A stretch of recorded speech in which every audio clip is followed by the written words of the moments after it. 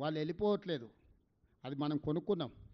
వాళ్ళు విస్తరణకు ఒప్పుకోవడం లేదు. కేంద్ర ప్రభుత్వం ఏం పెట్టిందంటే విస్తరణకు ఎల్ఎన్టీ ఒప్పుకుంటేనే మేము విస్తరించడానికి అనుమతిస్తామని కండిషన్ పెట్టిండ్రు. లేదంటే వీళ్ళిద్దరూ ఒక ఒప్పందానికి వచ్చి ఇప్పుడు ఉన్నది మేము నడుపుతాం, మిగతా కట్టేది మేమిద్దరం కలిసి సమన్వయం చేసుకొని నడుపుకుంటామని ఒప్పంద పత్రం తీసుకురామన్నారు. వాళ్ళు ఒప్పందం ఇవ్వడానికి సిద్ధంగా లేరు, ఫర్దర్గా పొడిగించడానికి సిద్ధంగా లేరు.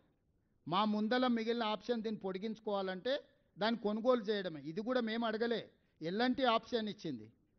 మేము మీతో కలిసి పనిచేయం, మేము విస్తరించడానికి సహకరించడం. మరి ఏం చేయాలంటే మీరు కొనుక్కుంటా అంటే మీరు కొనుక్కోండి అని. వాళ్ళు మేము కూర్చొని ఒక చర్చలకు వచ్చి ఒక ఒప్పందానికి వచ్చి 15,000 కోట్ల రూపాయలకి ఇప్పుడు ఎగ్జిస్టింగ్ ఉన్న మెట్రోని కొనుక్కోవాలనుకున్నాం. మార్చి 31 లోపల ఈ కొనుగోలు ఒప్పందాలు పూర్తయితే దానికి యజమాని మేము అవుతాం.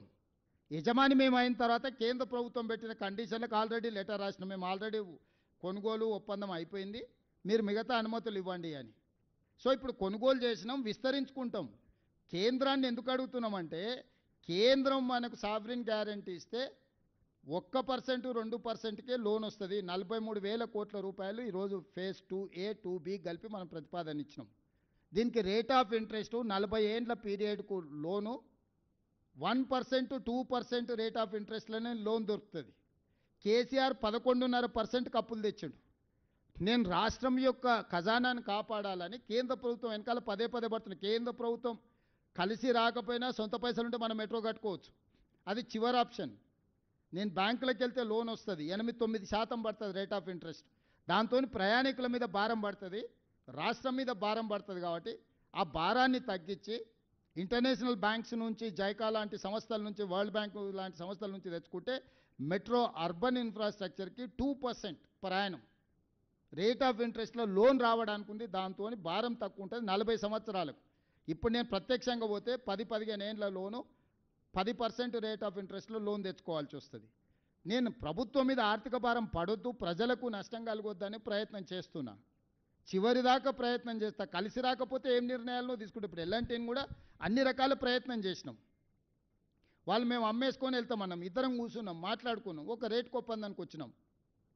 ఇవాళ పర్ కిలోమీటర్ కట్టడానికి 320 నుంచి 350 crores పర్ కిలోమీటర్ మెట్రో కట్టడానికి అవుతుంది ఖర్చు.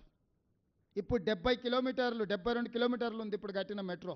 జస్ట్ 350 crores లాగా పట్టుకుంటే కూడా 30,000 కోట్ల రూపాయల అసెట్ అది. కోర్ సిటీలో ల్యాండ్ ఎక్విజిషన్ కాస్ట్ ఎంత అయిందో నీకు తెలుసు.